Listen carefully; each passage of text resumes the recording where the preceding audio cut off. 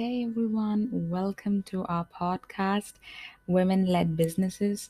We will be trying to bring to you ideas that have actually turned into businesses, full fledged businesses, some as side hustles, and some as just in the beginning stage.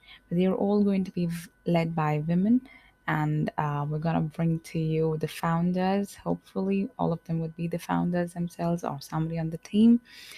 Today, we are having Shikha Lakhani, who is known to the corporate world as a business analyst, a data analyst. She's an expert in managing right now. She's a manager at Carrot Lane, which is a Tanishq partnership. I think we met for the first time for the meetup at Women in Machine Learning and Data Science. Shikha is also the Mumbai chapter lead for WLDS. And when I started with Mumbai, I was looking for collaborators to increase participants, to get speakers, and so on. And that's when we first met. So I think uh, I think you had come for our 2019 conference too, as and I think it seems like like ages ago, right?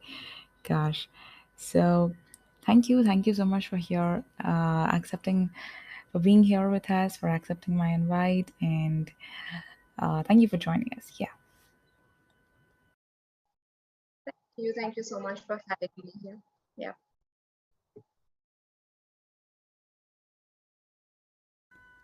So Shikha, to start off, I, so you have been a manager and an analyst and whatnot. So tell us this: how have these different job roles helped you in your entire journey of creating a company, and now you've expanded to start selling products of your own, art supplies?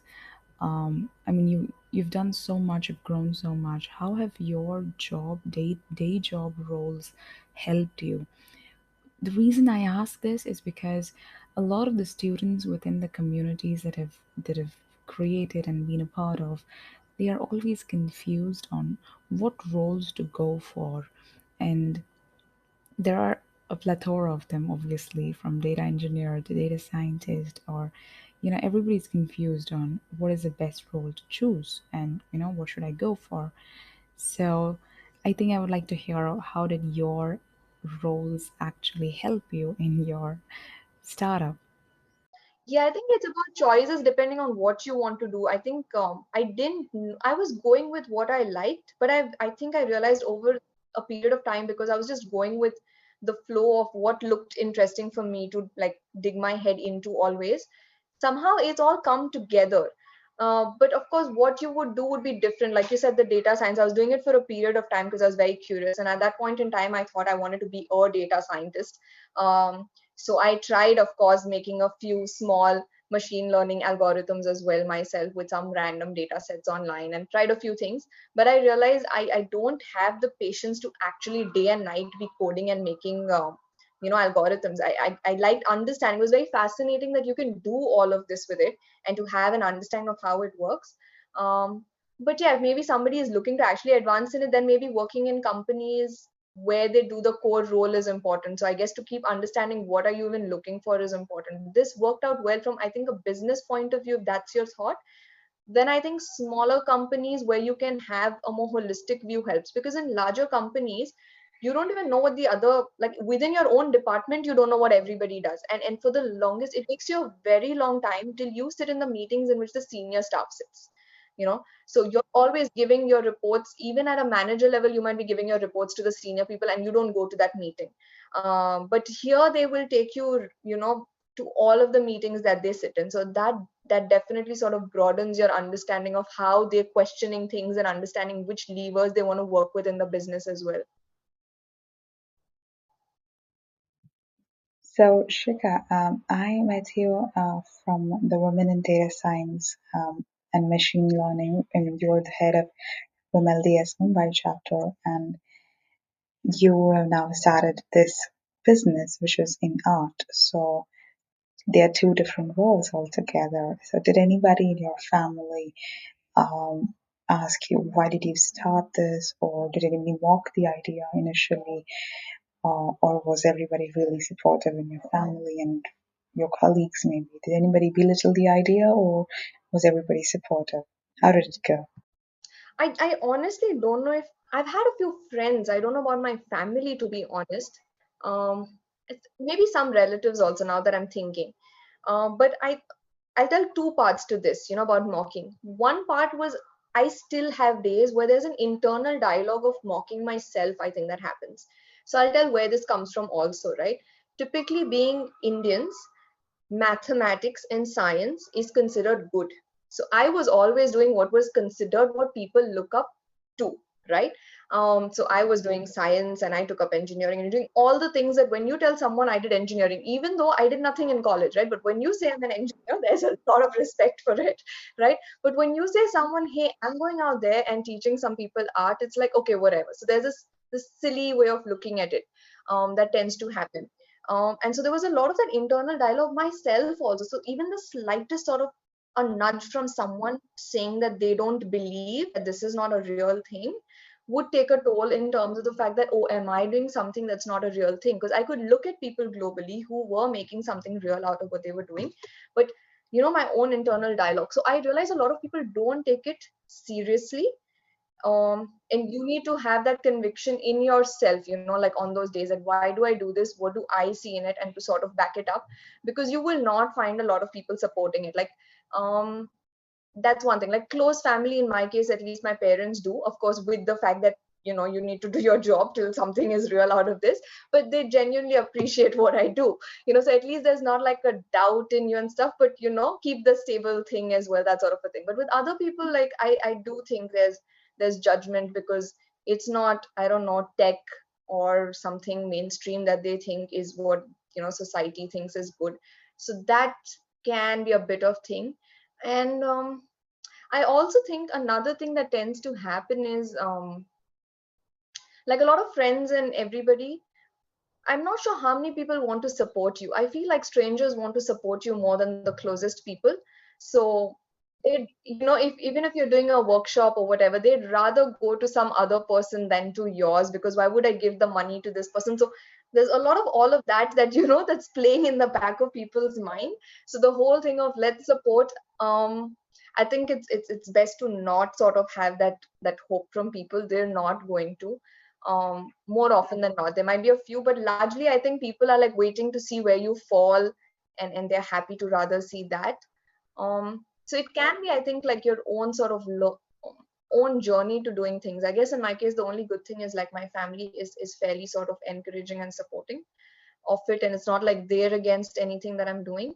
But otherwise, by large, it's a lot of internal dialogue of, am I doing the right thing or the wrong thing, or is this the right thing, does it have an opportunity? There's no answer to anything that you're doing, actually speaking. It's just very vague, right? Like a job has very clear answers. So, if I were to ask you regarding failures, was your first workshop a success or a failure? Did you remember how many people showed up? How was the experience hosting it for the first time? Academically good student, you've actually never failed in life, right? And so you've never done things where you really fail. And then even with job, like I would get the if you don't get the job exactly also that you're trying for, but you tried for four and you got one and you got a decent paycheck. So I was always doing fine, like in the sense that I'm still climbing upward. I was never falling right down to the floor at any point in time. And so the first few times when people didn't turn up at the workshop or something went wrong, it was personal for me, because it was like I failed, right? It wasn't like I'm trying. And then like it would literally be a pep talk of five people telling that, you know what, you're trying. So that itself counts, even if, things don't work out the way you want. And it's definitely made me a lot more resilient to think now that it's been like a year and a half. Like nowadays, if a workshop has less signups, it's the mind's already thinking, what else can I do and what's sort of failed, and moving from there. But earlier I would just be down in the dumps for 2 days trying to register the fact that I've actually failed at what I was trying to do. So yeah, so the first workshop was great, but the ones after that were not as good. Like, yeah, there's a lot of empty spots in there. Yeah. Yeah. So, what was your research like for Create Out? Like, did you spend months finding out what would be the best approach doing it, or be it like what classes to take, or what kind of materials to should I supply? What was your research methods like? Did you ask people, or did you have anyone to guide you for that research? I do know a very vague idea of the fact that at that point in time, globally people were also looking for experiential things, which we I think know even with India. The entire generation looks for more experiential things to do. And there's, of course, now a set of Indian population that's got more money to dispose, which is why something like this even works. Along with the fact that, yes, people are looking for something different to do on the weekends, because otherwise all you have is restaurants. So, it's an avenue to do something different and experiential, which was what I had a vague idea of. Um, but I would not say that I was into a lot of heavy research. I've kind of tried this path of, researching a lot. And I've done a lot of research in the process in the middle. Like now that we're not just doing events, but we're launching, our own set of products in the art material line, and we're also looking into, courses and things like that. Often I've realized the answers that I get, what people want to pay for or they want us to bring, you don't always have people paying for it when you bring it, and sometimes there's nobody who's filling up your survey form saying they want it at that point, but then later they are buyers for it. So I don't know if it's always the right way to look at it, but briefly, I understand that today in India, people do have a disposable income. There is an understanding that people are looking for experiential avenues, and it sort of fits into that. So, very broadly, but I think the rest of it you sort of understand as you go as well. Yeah. So, how did you zero down on to what do you want to sell? Like, I understand that the workshops were a great way to teach people art, but when it came to selling and expanding your business, how did you decide that you want to sell glitters or resin? I've seen a bunch of things on your Instagram page. Create Out.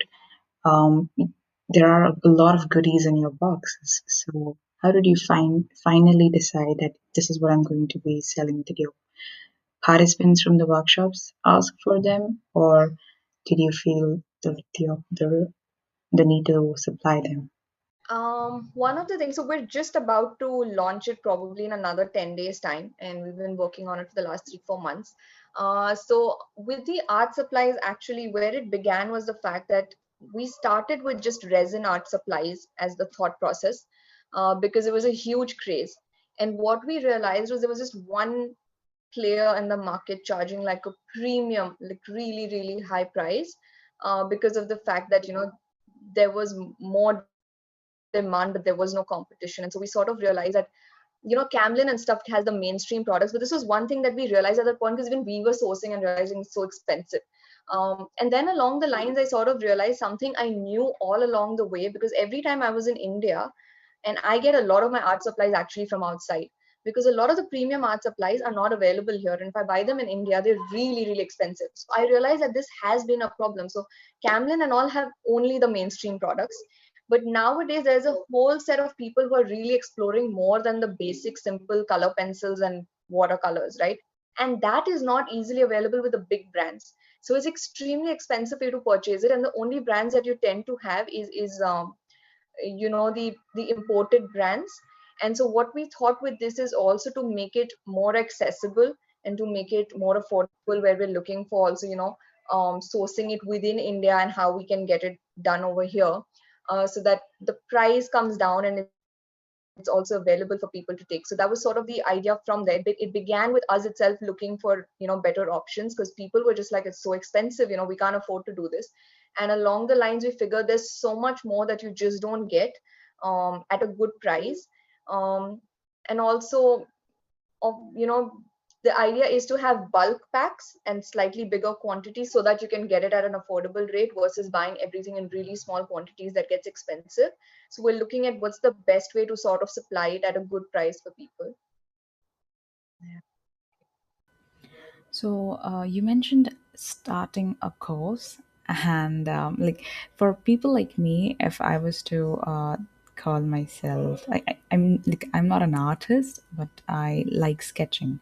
And I mean, are you planning to launch a course for beginners as well, or is it designed only for people who do this on a regular basis?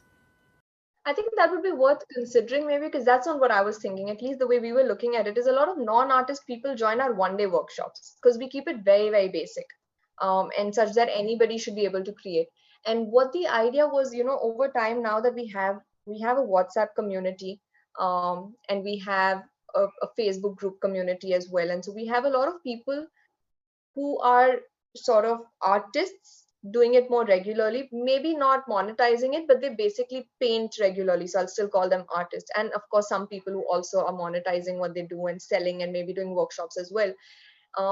So we sort of, one is we realized these people look for supplies because we'd have all these questions about where do I get this and where do we get that. So that was one thing that we realized we have a set of people who are a part of all of these communities who also want it.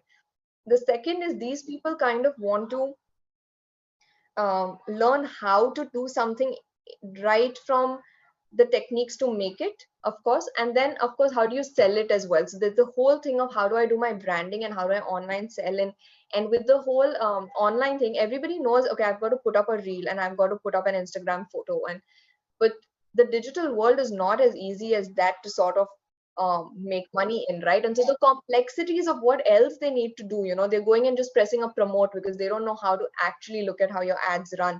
And to bring that perspective is what I realized, because some people actually had those questions as well. How do I price my work? How do I, run my ads correctly? How do I get reach? They don't get the visuals part of things. So the idea was to bring on courses in a sense that we can actually empower them to generate income out of what they're doing by end to end covering not just the art aspect but the business aspect of how to go across things as well. So at least that was what I was looking, but maybe we can look at some beginner courses as well if there are people looking for it. Oh, that's really nice. You tell them about how to sell their own craft works. That is amazing. I don't think I've ever heard anybody do that. So, how do you do this? Like, I mean, do you have somebody on your team who knows the business part of it, or have you done an MBA? What is, how do you do this? Yeah, now this is the part where at least my dad's family would be very ashamed. Okay, I've not done an MBA. And I am the only person out of, I think, all my cousins. Maybe my brother might follow because I've told him as well, don't spend money on it. But anyway, the only person who's done not a master's degree has not done a master's degree. So I haven't done one. I plan to. So I did give my GMAT and everything, and somewhere along the lines, I don't know, my mind changed. I think like the knowledge of these things for me has just come from working this whole set of years. And while I sort of started out on the tech front when I was at Idea Cellular, along the lines I worked at literally a nascent state startup and then a mid-size and now a mid-sized company again. But the fact that I didn't work with very, very large companies and where I worked directly with top management by the choices that I made, I would not just have a view of what I do, but I would always get a very holistic view of what is happening in the company as a whole across all divisions, because I would be sitting in the meetings where the top management also sits by working with them. And so I think that has really, really sort of helped, that choice, that transition of not choosing to go with the big companies, helped in this aspect, at least if I'm doing my own thing, to have more perspective of what the ops person does and what's the kind of reports that they look at and what do they optimize, and then again what does the person on the sales front optimize and what does the person on a marketing front optimize. So and I also, because I worked in the business and analyst roles as well, since they tend to give reports and an overview for the top management initially as well, you end up looking at holistically what all is he looking at to make the decisions he's making. um, so I think that has definitely helped in the understanding that I've had over the years, I think. So yeah, not an MBA. Yeah. So you mentioned Camlin, but do you have any other competitors in mind? Like, whom do you have to, compete against for your selling and being unique? How do you visualize, create out to be that unique product? So I think there's competitors doing something in every area, because there are people like there's Itsy Bitsy as well that does art materials. There's smaller other people who do certain kind of art materials. There's for workshops, there's Bombay Drawing Room, there's a few other brands. Bombay Drawing Room is the most known brand, but there's a couple of others as well who do it. um, and again, for courses again, I'm not sure, because you have a lot of these at least international platforms that have become famous, which is where I found the gap. So you have things like Domestika today, and then you've got Skillshare again, which is a large platform. And what they do is they have these 20-minute snippets. So you can learn a small painting or something, but you don't get the end to end. And I assume there's obviously a market for it, which is where they are, but the hobbyists want to do it. But personally, at some point when I was itself looking at, how do people just make complete cosmetics, I was researching at some point in time, and I could only find brands. Yeah, this was before I did create out, but anyway, so at that point I was looking at understanding natural cosmetics, and so I was looking for courses to do.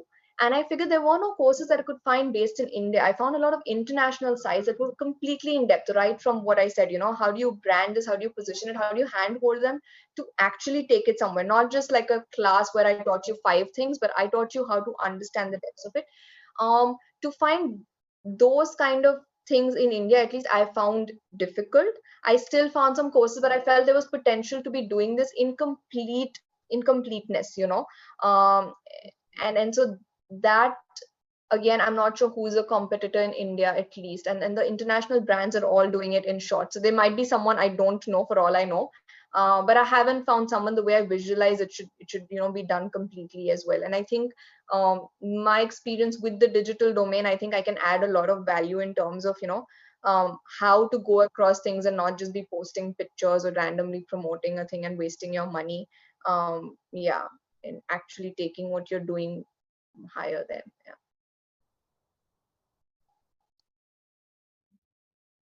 Oh, and now I'm curious. Is Create Out like an escape from your 9 to 5, or do you like managing the two equally? Do you have a passion for work and for Create Out both? Because I seem to be amazed at how you do this together. How do you balance both and life? Like, how are you doing it? It is in some ways, but that does give me my bread and butter. And I do this because that gives me the money to be able to do this on the side so far and make the investments. It's difficult, to be honest. I think I've found days when I've Googled myself, how do you manage a day job trying to do a side business, literally on my way to work, really stressed, and calling up a friend and saying, I feel like quitting, but I don't know if I can take that risk, sort of a thing. So it's difficult for sure. I don't know what the answer to it is. I guess I don't have a life is one, from perspective of other people, you know. So in fact, just right now before I kind of got on this call, my brother is like, "Can we go out for dinner?" And I'm like, "No, because after this I'm going to do office work because I've been doing the other work the entire day." So he's like, "At 9 o'clock, at 10 o'clock." I'm like, "No, not even at 10 o'clock, because I need to wake up the next day morning to again balance the things that I need to finish for both sides." Um, so in that sense, I think I don't have much of a life. The only good thing is, with the lockdown, nobody could go out, so now people couldn't harass me that I don't go out and I don't come and I don't meet, because you had to stay at home. Okay, so this was great. Like for 6 months, nobody was like, "Arey, you're never free, you never come, Arey, you have to come," all of that stuff that you have to say no and yes. But I'm quite introverted and I like a lot of lone time, to be honest. So for me, I guess, and I enjoy this also a lot. I think I don't find it sort of tiring to need a break. So I guess in that sense it has helped. Maybe if I didn't, it would have felt like it. But I think I've been taking like no holidays and working literally 7 days a week, and it's been good. Apart from days when I'm tired, of course, and I'm doing nothing. Yeah. What are your challenges, Shikha? Like, running the Crafty Nibbles and Create Out. What do you call a challenge in this case? Is it creating content, or what is it? And how do you manage them to any side hustler? What would be your 2 cents of advice? I think at a point it became a challenge, and which it is still. So I think it's a challenge to myself to be like, I can, like, actually find the answer to what I'm doing wrong and to consistently improve. And so now today, when something fails, at that point I would sit in the dumps thinking I'm a failure. But today the dialogue has changed. Today the dialogue is, I didn't do something right. So I figure the three things that I am not doing. And another thing I've realized, like with jobs, right? You can do 70% of the work, but you can get 100% of your paycheck. So there could be 3 weeks where you didn't do a lot of good work, but your paycheck is in full, right? But in when you're doing your own thing, if you slacked for 2 weeks, you see that in your face, especially when you're so nascent, because you have no base, right? So if I'm not doing the right work, and so initially you can feel bad that, oh, no one paid and nobody turned up and it's not working. But when you sit with the truth is, did I do everything I could have? And the answer potentially will turn out to be no, because there is somebody who's doing that much more and giving that much themselves, right? So it's quite competitive. So I think now the dialogue is where I can sit with myself and be honest and be like, you know what? You've not done three things that you decided to do because you chilled. And so you taking the brunt of it.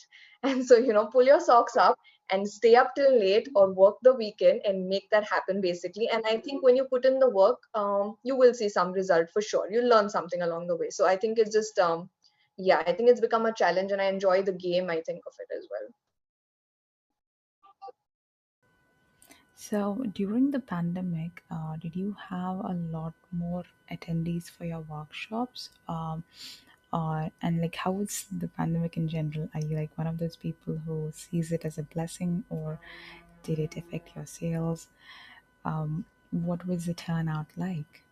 This and actually make something out of a creative pursuit. For them, I think it works because it's flexible, and it has, the course is obviously spread over 3-4 months. So to keep doing in person, in fact, can be quite inconvenient. It's much easier to have an online course and have doubt clearing sessions and submitting your coursework. But for these 2-hour workshops that we do, a lot of the people are not artists. Like I said, it's more experiential. At least 70% of the crowd is coming for an experience, and 30% maybe they are artists just looking to try something new. But when it's experiential, I think it hampers it because it's not as interactive. Like if you have a session where, let's say, you happen to have less people that signed up, then in fact it's interactive for people, right? So if there's 3 people, great, you can all know each other. But if at all you have even 10 people, everybody needs to go on mute. So there's very little interaction apart from their doubts. And also video, nobody seems to have bandwidth ever. The net is always bad, so everybody's video is off and you're practically teaching to a black screen. So the first couple of sessions was so weird because I felt so awkward. Like, I don't know if someone's listening. Like, I can't see a face. I don't know who I'm talking to. It's so strange. I think now it's been on for so long that I've gotten used to this being the way, and everybody else has also gotten used to it because they've all taken a workshop or two. Um, so nobody complains. I think initially everybody was awkward and they're like, when will the offline begin? Because we're going to wait for the offline till I think they realize they don't think there's an offline. So we might as well do the online. So definitely, I think experience-wise, it does sort of hamper. But I've had a lot of people who've joined and ended up joining for multiple workshops. And one of the things that they told me was that they knew about the workshops even before, but because of work and because of the commute, they could never join in. And now that they were home, they actually ended up taking like 4-5 sessions because it was so convenient. So I think somewhere there was something that you lost, but somewhere people had the time on hands, and that's really helped a lot of people as well. Yeah. Oh, hey, you mentioned we. So do you have like a team working for you? Did you hire people for every function? I don't have a founder, but I have like people working with me on, let's say, the packaging or the product or the social media. So there's bunch of us working together on it. But otherwise, I mean, it's not like I have a co-founder or a partner on board. Yeah.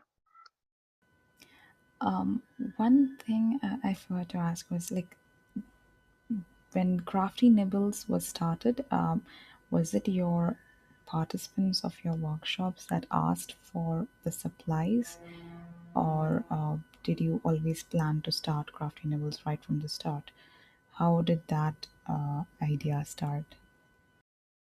Yeah. So we would send the materials to them, but at the end of every workshop, they didn't know where to buy it from. So it was always like, always like, where do we get this from and where do we get that from, and oh, this is so expensive to buy, is there no other alternative to it, that sort of a thing. So we, any which way, since the workshops were online, were supplying materials, but they wanted to know where they can replenish it from. So along the lines, now we figured that we can internally also use it for our workshops, and at the same time have it available for everybody else also to be utilizing. So yeah, that's the idea behind. Wow. So I just realized, as you are helping people learn how to create art and you're giving them the supplies for it, and then you're also teaching them how to sell it, so that they can start their own businesses. It's like a chain, and that's amazing. So I mean, it's been really nice listening to you and all of the wonderful things you've been doing on the side along with the job. So hats off to you, man. Really good job. I mean, I'm really happy we had this conversation, and thank you so much for joining us once again. All wishing you all the best for uh, your upcoming days at Create Out.